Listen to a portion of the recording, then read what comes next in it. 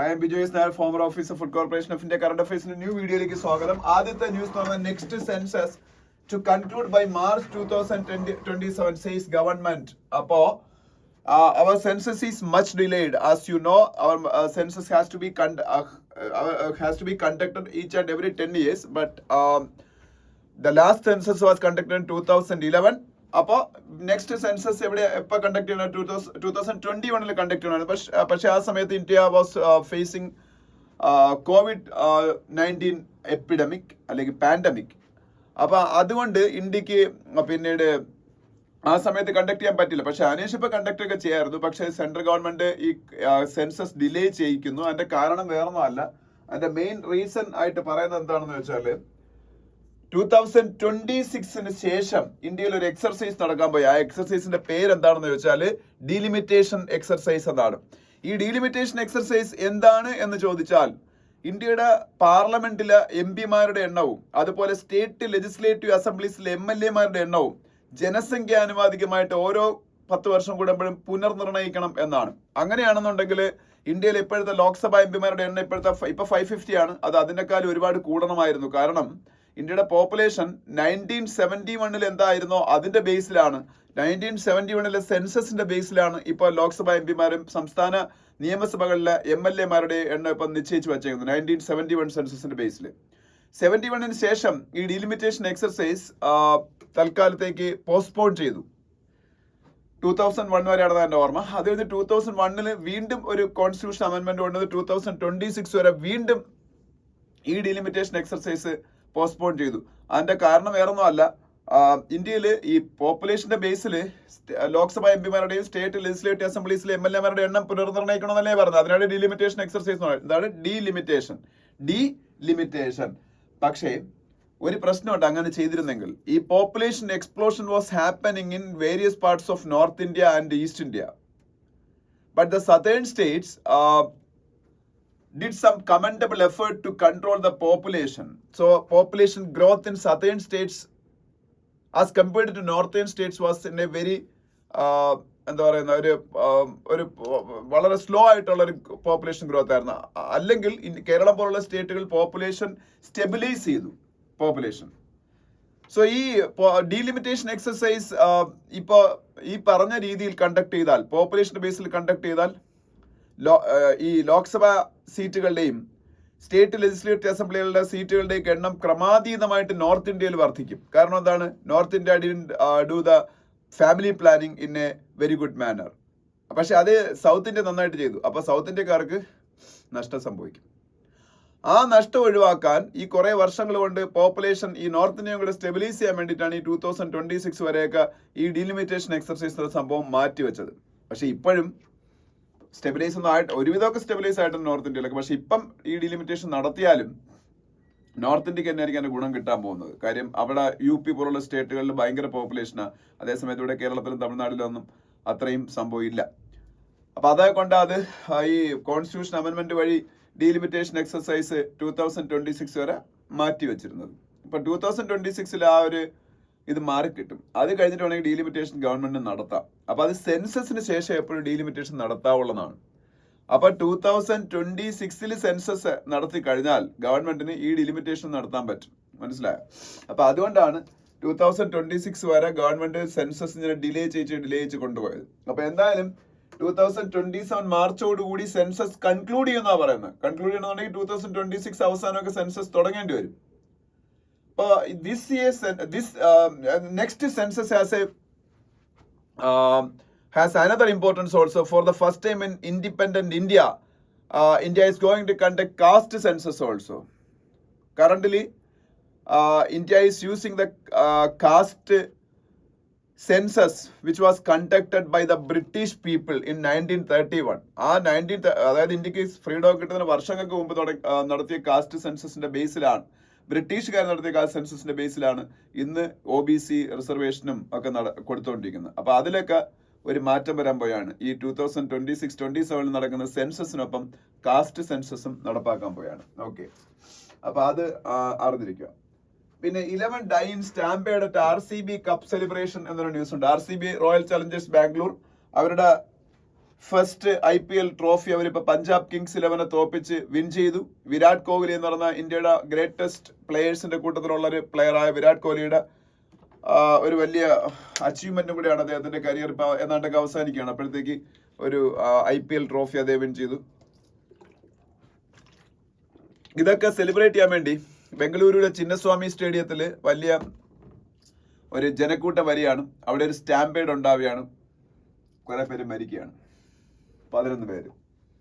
അതാണ് ഇന്ത്യയിലെ ഏറ്റവും വലിയ ട്രാജഡി. ഇതൊന്നും ക്രൗഡ് മാനേജ്മെന്റിലും പോലും പ്രോപ്പറായിട്ട് ഈവൻ ബംഗളൂരു പോലുള്ള സിറ്റികളിൽ പോലും നടത്തുന്നില്ലെങ്കിൽ പിന്നെ മറ്റുള്ള സ്ഥലങ്ങളിലെ കാര്യം പറയേണ്ട ആവശ്യമുണ്ടോ? അപ്പൊ അതൊരു വലിയ ന്യൂസ് ആയിട്ടുണ്ട്. താഴോട്ട് വരുമ്പോ monsoon session likely to be held from July 21 എന്നൊരു ന്യൂസ് ഉണ്ട്. Monsoon session, Indian parliament conducts 3 sessions each and every year. The first session is budget session that is already completed. In the budget session, our finance minister used to present our budget. That is on February 1st of every year. February 1st of every year ആണ് നമ്മൾ budget present ചെയ്യുന്നത്. That is happening in budget session. Next session is monsoon session that is going to be started by July 21st. July 21st ഓടുകൂടി ഇന്ത്യയുടെ monsoon session start ചെയ്യും. പാർലമെന്റിന്റെ third and concluding session of Indian parliament is winter session. അത് നവംബറിലൊക്കെയാണ് start ചെയ്യുന്നത്. അപ്പൊ അതോടുകൂടി കഴിയും sessions. അപ്പൊ budget session, monsoon session and winter session. അപ്പൊ അതിനെ കുറിച്ചാണ് ഇപ്പം മൺസൂൺ സെഷൻ July 21 സ്റ്റാർട്ട് ചെയ്യും. പിന്നെ ഇവിടുത്തെ ന്യൂസുകൾ നമുക്ക് ആവശ്യമുള്ളതൊന്നുമല്ല. അതിന്റെ അടുത്ത പേജിലേക്ക് പോകാം. അടുത്ത പേജിൽ പോകുമ്പോ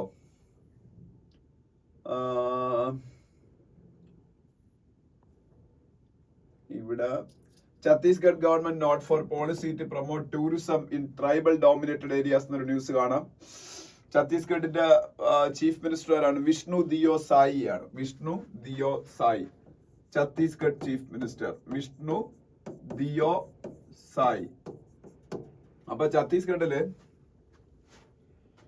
അത്യാവശ്യം നക്സൽ പ്രോബ്ലം ഉള്ള ഒരു സ്റ്റേറ്റ് ആണ്. ഇന്ത്യയിൽ ഇപ്പൊ നക്സലൈറ്റ് പ്രോബ്ലം, മാവോയിസ്റ്റ് വയലൻസ് ഒക്കെ ഏറ്റവും കൂടുതലുള്ള സ്റ്റേറ്റുകൾ എന്ന് പറഞ്ഞാൽ ഛത്തീസ്ഗഡും ജാർഖണ്ഡും ഒക്കെയാണ്. ഇവിടെയൊക്കെ ട്രൈബൽ ഡോമിനേറ്റഡ് ആയിട്ടുള്ള പ്രദേശങ്ങളുണ്ട്. അവിടെയൊക്കെ മാവോയിസ്റ്റും ഒക്കെ ഇപ്പൊ ഏതാണ്ട് അതിന്റെ അവസാന സ്റ്റേജിലാണ്. ഗവൺമെന്റ് ഇപ്പൊ അത് ഏതാണ്ട് നല്ല രീതിയിൽ മാനേജ് ചെയ്ത് അതില്ലാതായിക്കൊണ്ടിരിക്കുക. അപ്പൊ അവിടുത്തെ ട്രൈബൽ ഏരിയാസിലൊക്കെ ടൂറിസം പ്രൊമോട്ട് ചെയ്യാൻ പോയാണ് ഛത്തീസ്ഗഡ് ഗവൺമെന്റ്.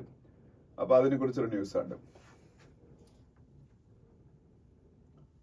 പിന്നെ ഇവിടെ വേറൊന്നുമില്ല. അതിനടുത്ത പേജിൽ പോകുമ്പോൾ അവിടെ ഈ ചിന്നസ്വാമി സ്റ്റേഡിയത്തിൽ നടന്ന സ്റ്റാമ്പേഡിനെ കുറിച്ചുള്ള ന്യൂസ് ഉണ്ട്. Victory celebration ends in tragedy in Bengaluru എന്നൊരു ന്യൂസ് ഉണ്ട്. വേറെ ഈ പേജിൽ ഒരു കാര്യം പറയാനില്ല.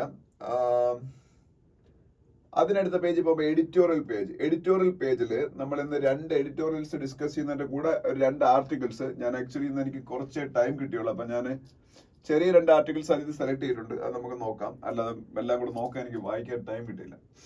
അപ്പൊ ആദ്യത്തെ ഫാളിംഗ് ഷോർട്ട് എന്ന് പറയുന്ന എഡിറ്റോറിയലാണ്. അത് എന്തിനെ കുറിച്ചാണെന്ന് വെച്ചാല് ഇന്ത്യയിൽ ഇലക്ട്രിക് വെഹിക്കിൾസിന്റെ അഡോപ്ഷൻ പ്രൊമോട്ട് ചെയ്യാൻ വേണ്ടിയിട്ട് ഗവൺമെന്റ് ഓഫ് ഇന്ത്യ പല സ്കീംസും കൊണ്ടുവന്നിട്ടുണ്ട്. അതിൽ ലേറ്റസ്റ്റ് ആയിട്ട് ഇപ്പോൾ പുതിയ സ്കീം കൊണ്ടുവന്നു. ആ സ്കീമിനെ കുറിച്ചാണ് ഇന്നത്തെ ഹിന്ദുവിലെ ആദ്യത്തെ എഡിറ്റോറിയൽ എന്ന് പറഞ്ഞത്. ഗവൺമെന്റിന്റെ പുതിയ ആ സ്കീമിന്റെ പേര് scheme to promote manufacturing of electric passenger cars in India എന്നാണ്. SPMEPCI, scheme to promote manufacturing of electric passenger cars in India. March 2024 ഇതിന്റെ ആദ്യത്തെ അനൗൺസ്മെന്റ് ഒക്കെ വരുന്നത്.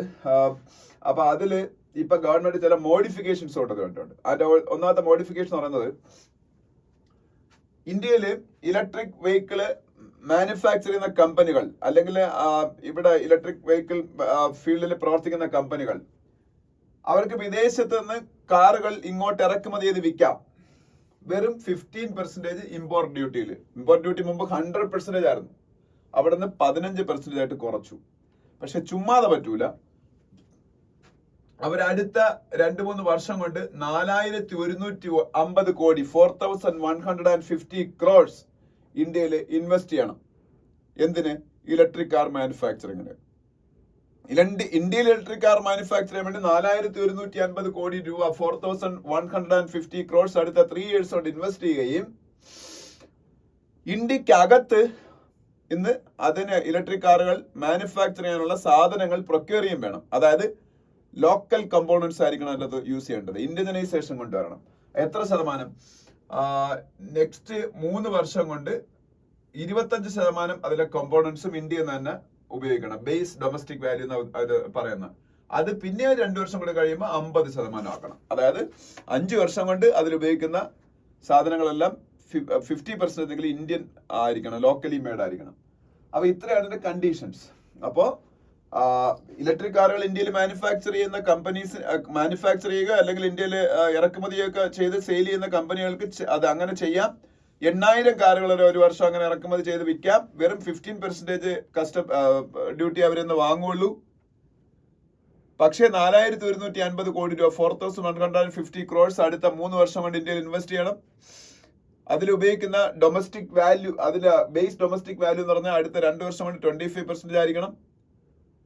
പിന്നെ അടുത്ത 3 വർഷം കൊണ്ട് പിന്നെ 2 വർഷം കൂടെ കഴിയുമ്പോൾ അത് 50% ആയിട്ട് ഉയർത്തണം. ഇതാണ് സംഭവം. കൊള്ളാം. പക്ഷേ ഇത് ഇന്ത്യയിൽ ഇലക്ട്രിക് മൊബിലിറ്റി അഡോപ്ഷൻ കൂട്ടാൻ വേണ്ടി ഗവൺമെന്റ് ഓഫ് ഇന്ത്യ കൊണ്ടുവന്ന പല പല പ്രൊജക്ടുകളിൽ ഒരെണ്ണമാണ്. 2015 ഇന്ത്യയിൽ ആദ്യത്തെ നോട്ടബിൾ ആയിട്ടുള്ള പ്രൊജക്ട് ഈ ഫീൽഡിൽ സ്റ്റാർട്ട് ചെയ്യുന്നത്. അതിന് ഫെയിം എന്നാണ് അറിയപ്പെടുന്ന ഫെയിം. അതിപ്പോഴും ഉണ്ട്, അത് അറിഞ്ഞിരിക്കണം. Faster adoption and manufacturing of hybrid and electric vehicles. Faster adoption and manufacturing of hybrid and electric vehicles. അന്ന് 895 കോടി രൂപ ഇൻവെസ്റ്റ്മെന്റിലാണ് ആ സ്കീം 2015 10 years ബാക്ക് സ്റ്റാർട്ട് ചെയ്യുന്നത്. പിന്നെ അത് 10,000 കോടി രൂപയുടെ സ്കീമായിട്ട് 2019 മാറ്റിയാണ്. ഈ ഫെയിം എന്ന് പറയുന്ന സ്കീം 895 കോടി രൂപയിലാണ് സ്റ്റാർട്ട് ചെയ്യുന്നത്. പിന്നെ 10,000 crores സ്കീമായിട്ട് 2019 മാറ്റുന്നു. പക്ഷെ ഇന്ത്യ ഇതിൽ ഒരു ലേറ്റ് എൻട്രന്റ് ആണ്. ഈ ഇലക്ട്രിക് വെഹിക്കിളിന്റെ അഡോപ്ഷൻ ഇംപ്രൂവ് ചെയ്യാൻ വേണ്ടിയിട്ട് ഇങ്ങനെയുള്ള സ്കീംസ് ഒക്കെ അനൗൺസ് ചെയ്യുന്ന രാജ്യങ്ങളുടെ കൂട്ടത്തിൽ ഇന്ത്യ ഒരു ലേറ്റ് എൻട്രന്റ് എന്ന് പറയാൻ കാര്യം ചൈന, USA, യൂറോപ്യൻ യൂണിയൻ ഇവരെല്ലാം ഇതിനൊക്കെ മുമ്പേ തന്നെ ഇത് ചെയ്തു. ചൈന 2009 തന്നെ 2009 തന്നെ ഇങ്ങനെ ഒരു പോളിസി സ്റ്റാർട്ട് ചെയ്യാണ്. എന്നിട്ട് അവർ ഹ്യൂജ് സബ്സിഡീസ് ഒക്കെയാണ് ഈ ഫീൽഡിൽ കൊടുത്തത്. 2022 വരെ അവര് നീണ്ടു നിൽക്കുന്ന ഒരു സബ്സിഡി അനൗൺസ്മെന്റ് ഒക്കെ കൊടുക്കുകയാണ്. ആദ്യം 2010 തന്നെ ഒരു 25% ഇമ്പോർട്ട് ഡ്യൂട്ടി ഒക്കെ റെഡ്യൂസ് ചെയ്ത് കൊടുത്തു. നമ്മളിപ്പോ 15% ആയിട്ട് ഇമ്പോർട്ട് ഡ്യൂട്ടി റെഡ്യൂസ് ചെയ്ത് ഇപ്പോഴാണ്. അവർ 2010 തന്നെ 25% ആയിട്ട് ഇമ്പോർട്ട് ഡ്യൂട്ടി റെഡ്യൂസ് ചെയ്യും. 2018 ഒക്കെ ആകുമ്പോൾ അത് 15% ആയിട്ട് കുറയ്ക്കുകയും ചെയ്യുന്നുണ്ട്. പിന്നെ അവർ ആ സെക്ടറില് ഈ പിന്നീട് ഇലക്ട്രിക് വെഹിക്കിൾ മാനുഫാക്ചറിങ്ങും അഡോപ്ഷനോ കൂട്ടാൻ വേണ്ടിയിട്ട് $230 ബില്യൺ അവർ കഴിഞ്ഞ 15 വർഷം കൊണ്ട് ആ രാജ്യം സബ്സിഡി ആയിട്ടും ഒക്കെ കൊടുക്കുന്നത്. അല്ലെങ്കിൽ സബ്സിഡി അല്ല, ഇൻസെന്റീവ്സ് ആയിട്ടാണ് കൊടുക്കുന്നത്. ഇൻസെന്റീവ്സ് ആണ് മെയിൻലി വരുന്നത്. അപ്പൊ അത് കൊണ്ട് എന്ത് സംഭവിച്ചെന്ന് വെച്ചാൽ അവിടെ അത് മാത്രമല്ല, അവർ ടെക്നോളജി ജോയിന്റ് വെഞ്ചേഴ്സ് ഒരുപാട് പിന്നീട് ചൈനയിലേക്ക് കൊണ്ടുവന്നിട്ട് ടെക്നോളജി ട്രാൻസ്ഫർ എൻഷുർ ചെയ്യാണ്. ഇന്ത്യയിൽ പക്ഷേ സംഭവിക്കുന്നത് ഇതുവരെയ്ക്ക് ആ ടെക്നോളജി ട്രാൻസ്ഫറിന് ഊന്നൽ കൊടുക്കുന്നില്ല. അതായത് ഇപ്പം സപ്പോസ് ടെസ്ല ഇന്ത്യയിൽ വന്ന് ഇലക്ട്രിക് കാറുകൾ മാനുഫാക്ചർ ചെയ്യുന്നത് കരുതിക്കോ, അവർ ഇന്ത്യയിലെ ഒരു കമ്പനിയുമായിട്ട് ജോയിന്റ് വെഞ്ചർ ആയിട്ട് ആ ടെക്നോളജി ട്രാൻസ്ഫർ ഒക്കെ ഇന്ത്യയിലെ കമ്പനിക്ക് ട്രാൻസ്ഫർ ചെയ്ത് കിട്ടിയാൽ നമുക്ക് അത്രയും നല്ലതാണ്. ഇപ്പൊ ചൈന ചെയ്തത് മിക്കവാറും ഒക്കെ ഈ മേഖലയിൽ അവർ ജോയിന്റ് വെഞ്ചേഴ്സ് പ്രൊമോട്ട് ചെയ്തിട്ട് ഒരുപാട് ടെക്നോളജി ട്രാൻസ്ഫറും അവര് ഈ പറഞ്ഞ ഇൻസെന്റീവ് പ്രോഗ്രാംസ് വഴി എൻഷുർ ചെയ്തു. അപ്പൊ എന്ത് സംഭവിച്ചു? ലോകത്തിലെ ഏറ്റവും വലിയ electric vehicle manufacturing eco system ഇന്ന് ചൈനയിലാണ്. അത് ബാറ്ററി മാനുഫാക്ചറിംഗിലാണെങ്കിലും ഇലക്ട്രിക് വെഹിക്കിൾ മാനുഫാക്ചറിംഗിലാണെങ്കിലും അതിന്റെ സെയിലിലാണെങ്കിലും ഒക്കെ ലോകത്തിലെ വേറൊരു രാജ്യത്തിന്റെയും കൂടെ എത്താൻ പറ്റാത്ത രീതിയിൽ അവർ മുന്നിലെത്തി കഴിഞ്ഞു. അത് താഴോട്ട് നമുക്ക് മനസ്സിലാവും. അവർ റാപ്പിഡ് ചാർജിങ് ഇൻഫ്രാസ്ട്രക്ചർ ഡിപ്ലോയ്മെന്റ് ഉണ്ടാക്കി. ലോകത്തിലെ ഏറ്റവും വലിയ producer and consumer of EVs ആയി മാറി. അതുപോലെ ഞാൻ പറഞ്ഞില്ലേ, ബാറ്ററി മാനുഫാക്ചറിംഗിലും ചൈനയിലെ BYD പോലുള്ള കമ്പനികളാണ് ലോകത്തിൽ 1ാം സ്ഥാനത്ത് നിൽക്കുന്നത്. അപ്പൊ US ഇത് 2010 തന്നെ ഈ ഒരു ജേണി സ്റ്റാർട്ട് ചെയ്തു. അവരും $25 ബില്യൺ ഒക്കെ ഈ ഫീൽഡില് ഇൻസെന്റീവ്സ് ആയിട്ട് മറ്റും കൊടുക്കാൻ വേണ്ടിയിട്ട് ഇൻവെസ്റ്റ് ചെയ്തു. പക്ഷേ ഇങ്ങനെയൊക്കെ ചെയ്തെങ്കിലും ചൈനയുടെ EV അഡോപ്ഷൻ റേറ്റുമായിട്ട് കമ്പയർ ചെയ്യുമ്പോൾ US-ന്റെ യൂറോപ്യൻ യൂണിയന്റെ ഒക്കെ ഭയങ്കര കുറവാണ്. കാര്യം എന്ന് വെച്ചാല് ലോകത്ത് കഴിഞ്ഞ വർഷം മാത്രം എടുത്താൽ 2024 മാത്രം എടുത്താൽ കഴിഞ്ഞ വർഷത്തെ EV സെയിൽ 17 മില്യൺ കാറുകളാണ് കഴിഞ്ഞ വർഷം ഇലക്ട്രിക് കാറുകൾ മാത്രമല്ല മൊത്തം ഇലക്ട്രിക് വെഹിക്കിൾസ് വിറ്റത്. അതിൽ ചൈന മാത്രമാണ് 11.3 മില്യണും വിറ്റിരിക്കുന്നത്. ബാക്കി യൂറോപ്യൻ യൂണിയൻ 3.2 മില്യൺ, US 1.5 മില്യണേ ഉള്ളൂ. അതായത് ചൈനയുടെ 10% ഇലക്ട്രിക് വെഹിക്കിൾ മാത്രമാണ് US വിൽക്കപ്പെടുന്നത്. അപ്പം ചൈന ഫീൽഡിൽ ഉണ്ടാക്കിയ ഡോമിനൻസ് നമുക്ക് അതിൽ നിന്ന് മനസ്സിലാവും. അപ്പൊ ചൈനയിൽ ബാറ്ററി മാനുഫാക്ചറിങ്ങിലാണെങ്കിലും ഇതുമായിട്ട് ബന്ധപ്പെട്ട ലിഥിയം പോലുള്ള സംഭവങ്ങളുടെ മൈനിങ്ങിലാണെങ്കിലും പ്രോസസ്സിങ്ങിലാണെങ്കിലും അസംബ്ലിങ്ങിലാണെങ്കിലും എല്ലാത്തിലും ഒരു ഗ്ലോബൽ എന്താ പറയുക ഏറ്റവും വലിയ കുത്തക സൃഷ്ടിക്കുന്ന രീതിയിലേക്ക് വളരാൻ അവർക്ക് കഴിഞ്ഞു. ഇനി ഇന്ത്യ ഈ ഫീൽഡിൽ കുറച്ച് പിന്നിലാണ് എന്ന് ഞാൻ പറഞ്ഞു കഴിഞ്ഞു. അപ്പൊ ഇന്ത്യ ഈ പറഞ്ഞ പുതിയൊരു സ്കീം കൊണ്ടുവന്നത് കൊണ്ട് മാത്രം ഇന്ത്യക്ക് അതിൽ സക്സസ്ഫുൾ ആവാൻ കഴിയത്തില്ല. അതിൽ സക്സസ്ഫുൾ ആവണമെങ്കിൽ ഫസ്റ്റ് ഓഫ് ഓൾ നമ്മൾ ടെക്നോളജി ട്രാൻസ്ഫറിന് പ്രാധാന്യം കൊടുക്കണം. എന്നിട്ട് ജോയിന്റ് വെഞ്ചേഴ്സ് പ്രൊമോട്ട് ചെയ്യണം. അങ്ങനെയൊക്കെ ഇനിയെങ്കിലും ഇന്ത്യക്ക് മുന്നിലേക്ക് കയറി വരാൻ പറ്റുള്ളൂ. ഇതാണ് ഫസ്റ്റ് എഡിറ്റോറിയൽ പറയുന്നത്. ഓക്കെ, ഇനി സെക്കൻഡ് എഡിറ്റോറിയൽ, അത് വെറും സിമ്പിൾ എഡിറ്റോറിയൽ, നിങ്ങൾക്ക് ഈസി ആയിട്ട് വായിച്ചാൽ മനസ്സിലാവുന്ന എഡിറ്റോറിയൽ. അറ്റ് ലോങ് ലാസ്റ്റ് എന്ന് പറയുന്ന എഡിറ്റോറിയൽ. അത് റോയൽ ചലഞ്ചേഴ്സ് ബംഗളൂരു എന്ന് പറയുന്ന ഇന്ത്യയിൽ IPL തുടങ്ങിയപ്പം തൊട്ടേയുള്ള ടീമിന്റെ ആ ഒരു വിജയത്തിനെ കുറിച്ചാണ് IPL. നേരത്തെ ഞാൻ പറഞ്ഞ പോലെ റോയൽ ചലഞ്ചേഴ്സ് ബംഗളൂരു ടീമിന്റെ ജീവനാഡികളിൽ ഒരെണ്ണമാണ് വിരാട് കോഹ്ലി എന്ന് പറയുന്നത്. വിരാട് കോഹ്ലി ഈ ബാംഗ്ലൂരു ടീം സ്റ്റാർട്ട് ചെയ്ത 2008 എന്ന് പറഞ്ഞ വർഷം തൊട്ട് അവർക്കൊപ്പം ഉണ്ട്.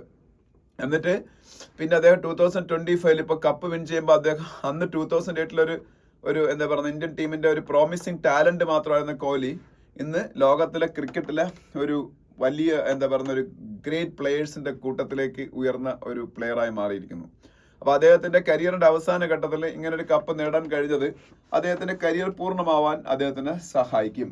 അപ്പോ ഈ ഇതില് ഫസ്റ്റ് 2008 RCBയുടെ ആദ്യത്തെ മാച്ചിനെ കുറിച്ചൊക്കെ പറഞ്ഞു. 2008 17 വർഷം മുമ്പുള്ള ആ മാച്ചിൽ അവർ കൊൽക്കത്ത നൈറ്റ് റൈഡേഴ്സിന് പരാജയപ്പെടുകയായിരുന്നെന്നും ഒക്കെ അതിൽ പറയുന്നുണ്ട്. അതിൽ നിന്ന് അവരിപ്പം ഈ കപ്പ് ഉയർത്തുന്ന നിലയിലേക്ക് വളർന്നതിനെ കുറിച്ചുള്ള ഒരു പ്രോഗ്രസിനെ കുറിച്ച് പറയുന്നുണ്ട്. 2 തവണ ഒരു ഫൈനലിൽ വന്നിട്ട് തോറ്റും പോയിട്ടുണ്ട്. ഓക്കെ, അപ്പൊ അതൊക്കെ ഇവിടെ പറയുന്നു. അപ്പൊ ഈ പഞ്ചാബ് കിങ്സിനെ അവിടെ തോപ്പിച്ചതെന്നും 6 റൺ വിക്ടറി ആയിരുന്നെന്നും നരേന്ദ്രമോദി സ്റ്റേഡിയം അഹമ്മദാബാദിലാണ് നടന്നതെന്നും അതൊക്കെ അറിഞ്ഞിരിക്കണം. നരേന്ദ്രമോദി സ്റ്റേഡിയം അഹമ്മദാബാദിലാണ് ഈ കപ്പ് ഫൈനൽ നടക്കുന്നത്. വിരാട് കോഹ്ലിയുടെ ലോങ്വിറ്റിയെ കുറിച്ച് പറയുന്നുണ്ട്. പിന്നെ വിരാട് കോഹ്ലി ആദ്യം കളിച്ചത് ഈ റോയൽ ചലഞ്ചേഴ്സില് ബ്രണ്ടൻ മക്കുളത്തിനും AB ഡി വില്ലിയേഴ്സിനും രാഹുൽ ദ്രാവിഡിനും ക്രിസ് ഗെയിലിനും ഒക്കെ ഒപ്പമായിരുന്നു. റോസ് ടൈലറിനും ഒക്കെ ഒപ്പമായിരുന്നു. പിന്നെ അദ്ദേഹം അവിടുത്തെ ടീമിന്റെ ഏറ്റവും വലിയൊരു ജീവനാഡിയായി മാറിയതും ഒക്കെ അതിൽ പറയുന്നുണ്ട്. അതൊക്കെയാണ് ഫസ്റ്റ് പാരഗ്രാഫിൽ പറയുന്നത്. അല്ല അതിൽ വലിയ സംഭവങ്ങളൊന്നും. ബ്രണ്ടൻ മക്കുളം ഉണ്ടായിരുന്നു ഒരു ടീമില്. അപ്പം അദ്ദേഹത്തിനൊക്കെ ഇപ്പൊ കളിച്ച് ആണ് വിരാട് കോഹ്ലി മുന്നോട്ട് വരുന്നത്. പിന്നെ വിരാട് കോഹ്ലി ഇപ്പോ എന്താ പറയുന്ന ഒരു വലിയ ലെജൻഡ് ആയിട്ട് വളർന്നു. അതൊക്കെയാണ് ഫസ്റ്റ് പാരഗ്രാഫിൽ. സെക്കൻഡ് പാരഗ്രാഫിൽ രജത് പത്തീദാർ എന്ന് പറഞ്ഞ പ്ലെയർ ആണല്ലോ അവരുടെ ടീമിന്റെ ക്യാപ്റ്റൻ. അപ്പം അദ്ദേഹത്തിന്റെ ക്യാപ്റ്റൻസി കഴിവ്, കോഹ്ലിയുടെ എക്സ്പീരിയൻസ്, കൃണാൽ പാണ്ഡ്യ എന്ന് പറയുന്ന അതായത് ഹാർദിക് പാണ്ഡ്യയുടെ ബ്രദറാണ്, അദ്ദേഹത്തിന്റെ ബൗളിംഗ് മികവ്, ജോഷ് ഹേസൽവുഡിന്റെ പേസ് ബൗളിംഗ് അറ്റാക്ക്, ഇതെല്ലാം കൂടെ ചേർത്താണ് RCBയെ ചാമ്പ്യൻ ആക്കിയെന്ന് പറയുന്നു. ഇതൊക്കെ പറഞ്ഞിട്ട് പിന്നെ അങ്ങോട്ട് സെക്കൻഡ് പാരഗ്രാഫിൽ പറഞ്ഞ മുഴുവനും മറ്റ് ടീമുകളെ കുറിച്ചാണ്. ഇപ്പോ പഞ്ചാബ് കിങ്സ് 11 തോറ്റുപോയെങ്കിലും അവര് വളരെ നല്ല ഒരു ടീമായിട്ട് ഫൈനൽ വരെ അവർ ആക്ച്വലി കപ്പ് ഡിസർവ് ചെയ്യുന്ന രീതിയിൽ കളിച്ചവരാ. മുംബൈ ഇന്ത്യൻസിനൊക്കെ അവർ പരാജയപ്പെടുത്തിയായിരുന്നു. അപ്പോൾ ശ്രേയസ് അയ്യർ എന്ന് പറഞ്ഞ ക്യാപ്റ്റന്റെ അണ്ടറിൽ നല്ല ഒരു ടീമായിട്ട് അവർ മാറി. ശ്രേയസ് അയ്യറിന് ഇന്ത്യയുടെ ODI ടീമില് വൺ ഡേ ഇന്റർനാഷണൽ ടീമിന് ഇനി വലിയ റോളുകൾ വഹിക്കാൻ പറ്റുമെന്നും പറഞ്ഞുകൊണ്ട്. കാര്യം വിരാട് കോഹ്ലിയും രോഹിത് ശർമ്മയൊക്കെ പതുക്കെ വൺ ഡേ ടീമിൽ നിന്ന് മാറും. അപ്പോഴത്തേക്ക് ശ്രേയസ് അയ്യറിന് അവിടെ വലിയൊരു ഒരു പാർട്ട് വഹിക്കാനുണ്ടെന്നും ഇതിൽ പറയുന്നുണ്ട്. പിന്നെ മറ്റ് ടീമുകളെ കുറിച്ച് പറഞ്ഞു. മുംബൈ ഇന്ത്യൻസ് ആദ്യം പരാജയപ്പെടുകയൊക്കെ ചെയ്തെങ്കിലും പിന്നെ നന്നായിട്ട് കളിച്ചവര് വളരെ നല്ലൊരു രീതിയിൽ മുന്നോട്ട് വന്നു. അതുപോലെ ഗുജറാത്ത് ടൈറ്റൻസ് അവരെല്ലാം നന്നായിട്ട് കളിച്ചവരാണ്. പിന്നെ ഇതിലെ മോശമായിട്ട് പെർഫോമൻസ് കാഴ്ചവെച്ചൊരു ടീമിനെ എടുത്തു പറയേണ്ടത് ചെന്നൈ സൂപ്പർ കിങ്സിനെയാണ്. പല തവണ കിരീടം നേടിയിട്ടുള്ള ചെന്നൈ സൂപ്പർ കിങ്സ് ഏജിംഗ് പ്ലെയറായ MS ധോണിയുടെ നേതൃത്വത്തിൽ വളരെ മോശമായിട്ടുള്ള പെർഫോമൻസ് കാഴ്ചവെച്ച് ഏറ്റവും താഴെ പോയിന്റ് ടേബിൾ ഏറ്റവും താഴെയാണ് ഫിനിഷ് ചെയ്തത്. അത് അവർ എത്രയും പെട്ടെന്ന് റീകൂപ്പ് ചെയ്തില്ലെങ്കിൽ അത് ചെന്നൈ ടീമിന് വളരെ വലിയ ദോഷം സൃഷ്ടിക്കും എന്നും പറയുന്നുണ്ട്. പിന്നെ പഹൽഗാം ടെററിസ്റ്റ് അറ്റാക്കിന്റെ ഒക്കെ ബേസിൽ, അതുപോലെ മോശം കാലാവസ്ഥയുടെ ബേസിലൊക്കെ പലതവണ തടസ്സങ്ങളൊക്കെ നേരിട്ടിട്ട് IPL ഫൈനലി എന്തായാലും സക്സസ്ഫുള്ളി കണ്ടക്ട് ചെയ്ത് കംപ്ലീറ്റ് ചെയ്യാൻ പറ്റിയതിൽ ഒരു അതിന്റെ കാര്യങ്ങളും ലാസ്റ്റ് പറയുന്നുണ്ട്. ഇത്രയാണ് സെക്കൻഡ് എഡിറ്റോറിയൽ. പിന്നെ ഇന്നത്തെ ഹിന്ദുവില് പിന്നീട് ആർട്ടിക്കിൾസ് മുഴുവനും എഡിറ്റോറിയൽ പേജിലെയും ഓപ്പോസിറ്റ് എഡിറ്റോറിയൽ പേജിലേക്ക് ആർട്ടിക്കിൾസ് മുഴുവനും വേൾഡ് എൻവയോൺമെന്റ് ഡേയുമായിട്ട് ബന്ധപ്പെട്ടതാണ്. വേൾഡ് എൻവയോൺമെന്റ് ഡേ ആണെന്നുള്ള കാര്യം എല്ലാവർക്കും അറിയാം. എൻവയോൺമെന്റിന്റെ സംരക്ഷിക്കേണ്ടതിന്റെ ആവശ്യകതയെ കുറിച്ചൊന്നും ഞാൻ പറഞ്ഞിരേണ്ട ആവശ്യമില്ല, എന്നെക്കാളും കൂടുതൽ നിങ്ങൾക്ക് അറിയാമായിരിക്കും. അപ്പൊ ജൂൺ 5 എല്ലാ വർഷവും വേൾഡ് എൻവയോൺമെന്റ് ഡേ ആയിട്ടാണ് സെലിബ്രേറ്റ് ചെയ്യുന്നത്. ലോകം എന്തൊക്കെ കാലാവസ്ഥ ചേഞ്ച് കൊണ്ട് എന്തൊക്കെ പ്രശ്നങ്ങൾ നേരിടുന്നത് നമ്മളുടെ ചുറ്റിലും മാത്രം നോക്കിയാൽ മതി. കാരണം ഇപ്പോ മഴ പെയ്തതെന്ന് നിങ്ങൾക്ക് അറിയാം. നമ്മളെപ്പോഴും സ്കൂൾ തുറന്ന് ഒക്കെയാണ് ഈ ജൂൺ ഒരു ഫസ്റ്റ് വീക്ക് ഒക്കെ കഴിയാറാകുമ്പോഴാണ് നമ്മൾ മഴ എക്സ്പെക്ട് ചെയ്ത് നിൽക്കുന്നത്. പക്ഷെ ഇപ്പോൾ എന്ത് വലിയ മഴയാണ് മെയിലും ഒക്കെ കിട്ടിയത്. അപ്പം നമ്മളുടെ കാലാവസ്ഥ ഗ്ലോബൽ വാർമിംഗ് മൂലം ഉണ്ടായ വൻ ചേഞ്ചസിന്റെ ഒരു ഇതിൽ കൂടെ കടന്നു പോയിക്കൊണ്ടിരിക്കുക. അപ്പൊ പാരീസ് ക്ലൈമറ്റ് എഗ്രിമെന്റ് പോലുള്ള സംഭവങ്ങൾ ലോകത്തുണ്ടായി നമ്മളുടെ ക്ലൈമറ്റിനെ പ്രൊട്ടക്ട് ചെയ്യാൻ. പാരീസ് ക്ലൈമറ്റ് എഗ്രിമെന്റിന്റെ മെയിൻ ഉദ്ദേശ്യം തന്നെ നമ്മളുടെ അറ്റ്മോസ്ഫിയറിക് ടെമ്പറേച്ചർ റൈസ് എന്ന് പറയുന്നത് പ്രീ ഇൻഡസ്ട്രിയൽ എറായുമായിട്ട് കമ്പയർ ചെയ്യുമ്പോൾ, അതായത് ഈ വ്യവസായവൽക്കരണം, ഈ ഇൻഡസ്ട്രിയൽ റവല്യൂഷൻ ഇതൊക്കെ ഉണ്ടാവുന്നതിന് മുമ്പ് ലോകത്തുള്ള ടെമ്പറേച്ചർ എത്രയായിരുന്നോ, ആവറേജ് ടെമ്പറേച്ചർ എത്രയായിരുന്നോ അതിനേക്കാളും 1.5 ഡിഗ്രി സെൽഷ്യസിൽ കൂടുതൽ കൂടാൻ പാടില്ല ഈ സെഞ്ചുറിയുടെ എൻഡിൽ 2100 ആകുമ്പം. അതാണ് എൻ്റെ ലക്ഷ്യം. പക്ഷേ ഇനി ഇൻ കേസ് 1.5 ഡിഗ്രി സെൽഷ്യസിൽ കൂടി പോയാൽ അത് 2 ഡിഗ്രി സെൽഷ്യസിൽ ഒരു കാരണവശാലും കൂടാൻ പാടില്ല. As compared to pre industrial era, the temperature by the end of this century should not increase beyond 1.5 degrees Celsius. If it increases beyond 1.5 degrees Celsius, it should not exceed 2 degrees Celsius at any cost. അതാണ് ലക്ഷ്യം പറഞ്ഞത്. 1.5 degree Celsius താഴെ നിർത്തണം, പക്ഷേ എന്തെങ്കിലും കാരണവശാൽ അത് എക്സ്റ്റീഡ് ചെയ്ത് പോയാൽ 2 ഡിഗ്രി സെൽഷ്യസ് കൂടാതെ പാടില്ല. അതാണ്. അപ്പൊ എന്തായാലും അപ്പം ഈ വേൾഡ് എൻവയോൺമെന്റ് ഡേ അതുകൊണ്ട് തന്നെ നമ്മൾ വളരെയധികം ശ്രദ്ധിക്കണം. നമ്മളെല്ലാവരും ഇപ്പൊ ശ്രദ്ധിക്കുന്നുണ്ട്. ലോകം ഇപ്പൊ സ്കൂളുകളിൽ പോലും ഇപ്പൊ ആ ദിവസങ്ങളിൽ കുട്ടികൾ ഒരുപാട് അവയർനെസ് പ്രോഗ്രാംസ് സ്കൂളുകളുടെ നേതൃത്വത്തിൽ നടത്തുന്നുണ്ട്. വളരെ നല്ല കാര്യം. അപ്പൊ എന്തായാലും ഇന്നത്തെ എനിക്ക് ഇത് എല്ലാം കൂടെ വായിക്കാൻ ടൈം കിട്ടിയില്ല. ഞാൻ കുറച്ച് രാവിലെ എണീറ്റപ്പോൾ നല്ല തുമ്മലുണ്ടായിരുന്നു. കുറച്ച് ലേറ്റ് ആയിട്ടാണ് ഞാൻ എണീറ്റത്. എനിക്ക് അലർജിയുടെ പ്രോബ്ലം ഉണ്ട്. അപ്പൊ ഞാൻ പെട്ടെന്ന് നന്നായിട്ട് ഒന്ന് മനസ്സിലാക്കാൻ പറ്റുന്ന അത്യാവശ്യം നമുക്ക് ആൾക്കാർക്ക് കണക്ട് ചെയ്യാൻ പറ്റുന്ന 2 ആർട്ടിക്കിൾസ് ഇതിൽ നിന്ന് എടുത്തു. ഒന്ന് എനിക്ക് പെട്ടെന്ന് വായിച്ചു തീർക്കാൻ പറ്റുന്നതിന്റെ പേരിലാണ് അടുത്ത പേരിൽ ഒരു ചെറിയ ആർട്ടിക്കിൾ എടുത്തത്. ആദ്യത്തെ aiming four an era of bio happiness in India എന്ന് പറയുന്ന article. Aiming four an era of bio happiness in India. അത് എടുക്കാൻ ഒരു കാര്യം കൂടെ ഉണ്ട്. അത് ഡോക്ടർ സൗമ്യ സ്വാമിനാഥൻ അതിലൊരു കണ്ടന്റ് പ്രൊവൈഡർ ആയിട്ടുണ്ട്. ഡോക്ടർ സൗമ്യ സ്വാമിനാഥൻ ആരെന്ന് ഒരുപക്ഷെ നിങ്ങൾക്ക് എല്ലാവർക്കും അറിയായിരിക്കും. WHO വേൾഡ് ഹെൽത്ത് ഓർഗനൈസേഷന്റെ ചീഫ് സയന്റിസ്റ്റ് ആയിരുന്നു കോവിഡിന്റെ ഒക്കെ സമയത്ത്. WHO ചീഫ് സയന്റിസ്റ്റ് ആയിരുന്നു എന്ന് മാത്രമല്ല, MS സ്വാമിനാഥൻ ഇന്ത്യയുടെ ഏറ്റവും ഗ്രേറ്റസ്റ്റ് എവർ അഗ്രികൾച്ചർ സയന്റിസ്റ്റും ഇന്ത്യയുടെ ഭാരതരത്ന കിട്ടിയ ആളുമായ MS സ്വാമിനാഥന്റെ മകളാണ്. അതുപോലെ MS സ്വാമിനാഥൻ റിസർച്ച് ഫൗണ്ടേഷൻ എന്ന് പറയുന്ന ഒരു സംഭവമുണ്ട്. അതിന്റെ ഹെഡാണ് ഇപ്പൊ അവര്. അപ്പൊ അവരെഴുതിയിരിക്കുന്ന കണ്ടന്റ് എന്ന് പറയുന്നത് വേറൊന്നുമല്ല, അതിൽ നമുക്ക് വായിച്ച എല്ലാവർക്കും മനസ്സിലാവും. നമ്മൾ ഇന്ത്യ ഉൾപ്പെടെ ലോകത്തിലെ മിക്ക രാജ്യങ്ങളും സ്റ്റേപ്പിൾ ഫുഡായിട്ട് മെയിൻലി യൂസ് ചെയ്തുകൊണ്ടിരിക്കുന്നത് മെയിൻലി എല്ലാവരും റൈസ്, അത് കഴിഞ്ഞ് വീറ്റ്, അത് കഴിഞ്ഞ് മെയ്സും ആണ്. റൈസും വീറ്റും മെയ്സും. പക്ഷെ ഈ റൈസിന്റെ ഒക്കെ പ്രോബ്ലം ഉണ്ടല്ലോ, അത് ഇത് അവര് പറയുന്നുണ്ട്. ഒരു പ്രോബ്ലം എന്താണെന്ന് വെച്ചാൽ ഇത് ഭയങ്കര വാട്ടർ ഇന്റൻസീവ് ആയിട്ടുള്ള ഒരു ക്രോപ്പാണ്. അതായത് ഭയങ്കരമായിട്ട് പിന്നീട് വെള്ളം ഉണ്ടെങ്കിൽ മാത്രമേ ഈ പാഡി ഉൽപ്പാദിപ്പിക്കാൻ പറ്റൂ. പാഡി നിന്നാണല്ലോ റൈസ് ഉണ്ടാകുന്നത്. പഞ്ചാബ്, ഹരിയാന പോലുള്ള സ്റ്റേറ്റുകളിലാണ് ഇന്ത്യയിൽ ഏറ്റവും കൂടുതൽ ഉൽപ്പാദിപ്പിക്കുന്നത്. അപ്പൊ ഈ വാട്ടർ സ്കേഴ്സ് ആയിട്ടുള്ള സ്ഥലങ്ങളിൽ ഈ ഇതുപോലുള്ള ക്രോപ്പുകൾ ഉൽപ്പാദിപ്പിക്കുന്നത് കൂടുതൽ എൻവയോൺമെന്റൽ ആയിട്ടുള്ള ഇമ്പാക്ട് ഉണ്ടാക്കും. അപ്പൊ അതുകൊണ്ട് തന്നെ അതിൽ നിന്ന് മാറി ചിന്തിക്കേണ്ട ഒരു കാലം വന്നിട്ടുണ്ട്. അത് ഇൻഡയറക്ട്ലി ഇതിന്റെ അകത്ത് പറയുന്നുണ്ട്. പ്ലസ് വേറൊരു പ്രശ്നം എന്താണെന്ന് വെച്ചാൽ ഇന്ത്യയുടെ ബയോഡൈവേഴ്സിറ്റി എന്ന് പറഞ്ഞാൽ ലോകത്തിൽ തന്നെ ഏറ്റവും ബയോഡൈവേഴ്സ് ആയിട്ടുള്ള കൺട്രീസിൽ ഒരെണ്ണമാണ്. ഇപ്പൊ എക്സാമ്പിൾ പറയുകയാണെന്നുണ്ടെങ്കിൽ ലോകത്തിന്റെ മൊത്തം ലാൻഡ് ഏരിയയുടെ 2% മാത്രമേ ഇന്ത്യ കവർ ചെയ്യുന്നുള്ളൂ. ലോകത്തിലെ മൊത്തം ലാൻഡ് ഏരിയയുടെ 2% മാത്രമേ ഇന്ത്യ കവർ ചെയ്യുന്നുള്ളതാണ് ഞാൻ പറഞ്ഞത്. അത് കുറവെന്നാണ് ഞാൻ പറഞ്ഞത്. പക്ഷേ ലോകത്തിലെ മൊത്തം ബയോഡൈവേഴ്സിറ്റിയുടെ 8% ഇന്ത്യയിലാണ്. ഇന്ത്യയില് ലാൻഡ് ലോകത്തിന്റെ മൊത്തം 2% ഉള്ളൂ. പക്ഷെ ലോകത്തിന്റെ മൊത്തം ബയോഡൈവേഴ്സിറ്റിയുടെ 8% ഇന്ത്യയിലാണ്. അതുപോലെ ലോകത്തിലെ ഏറ്റവും മെഗാ ഡൈവേഴ്സ് ആയിട്ടുള്ള കൺട്രീസിലെ 17 എണ്ണത്തിൽ ഒരെണ്ണം ഇന്ത്യയാണ്. ലോകത്തിലെ ഏറ്റവും മെഗാ ഡൈവേഴ്സ് കൺട്രികളിൽ 17 എണ്ണത്തിൽ ഒരെണ്ണം ഇന്ത്യയാണ്. അതുപോലെ ലോകത്തിലെ 36 ഗ്ലോബൽ ബയോഡൈവേഴ്സിറ്റി ഹോട്ട്സ്പോട്ടുകളിൽ 4 ഇന്ത്യയിലാണ്. അതുപോലെ ഗ്ലോബൽ ഫുഡ് ക്രോപ്പ് ഡൈവേഴ്സിറ്റിയിൽ 8 1 ഇന്ത്യയാണ്. അങ്ങനെ കുറെ പ്രത്യേകതകളുള്ള ഒരു ഡൈവേഴ്സ് ആയിട്ടുള്ള ഒരു ബയോഡൈവേഴ്സിറ്റി ഉള്ള ഒരു രാജ്യം ആണ് ഇന്ത്യ എന്ന് പറയുന്നത്. അപ്പം ഓരോ വർഷവും ഇന്ത്യയിലെ ഫോറസ്റ്റുകളിൽ നിന്നുള്ള നമുക്ക് കിട്ടുന്ന ഡൈവേഴ്സ് ആയിട്ടുള്ള നാച്ചുറൽ ആയിട്ടുള്ള സംഭവങ്ങളുടെ വാല്യൂ തന്നെ 130 ട്രില്യൺ റുപ്പീസ് വരും. അതായത് 1,30,000 കോടി രൂപ വരുമെന്നാണ്. അങ്ങനെ അത് ഇന്ത്യയിലെ വാസ്റ്റ് മെജോറിറ്റി ഓഫ് റൂറൽ പോപ്പുലേഷനും ഈ പറഞ്ഞ നമ്മളുടെ ഫോറസ്റ്റുകളിൽ നിന്നൊക്കെ ഉള്ള സർവീസസിന്റെ ഗുണഭോക്താക്കളാണ്. അങ്ങനെ ലോകത്തിലെ മോസ്റ്റ് ബയോഡൈവേഴ്സ് ആയിട്ടുള്ള കൺട്രീസിൽ 1 ആണ് ഇന്ത്യ.